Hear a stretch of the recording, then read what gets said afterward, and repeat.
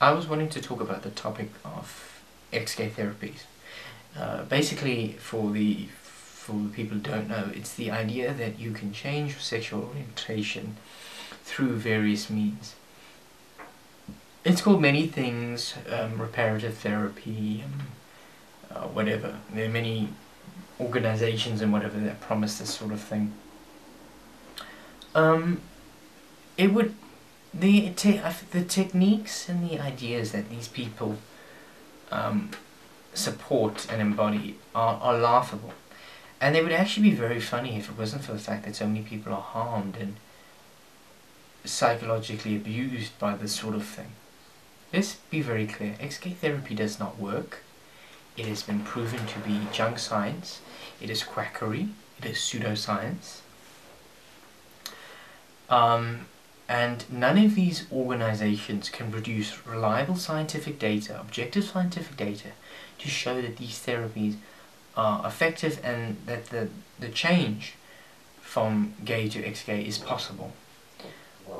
Many of the patients and the participants in this therapy, the people who are wanting this change, are desperate to believe that they can change. They are emotionally distraught, they're vulnerable, they are, emotionally bankrupt, and they are not in the right frame of mind to make a critical decision about a very important aspect of their life and of their mental health.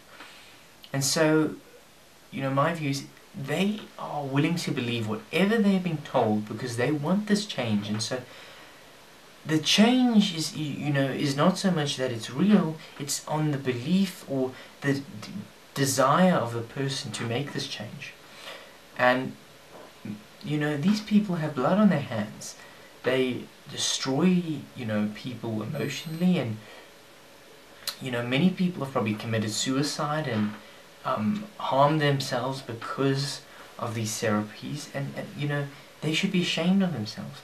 All these people in these therapies are in the business. They're making profits. They are generating income and making a living out of this. Of course they're going to tell you that you can change because it makes them a lot of money.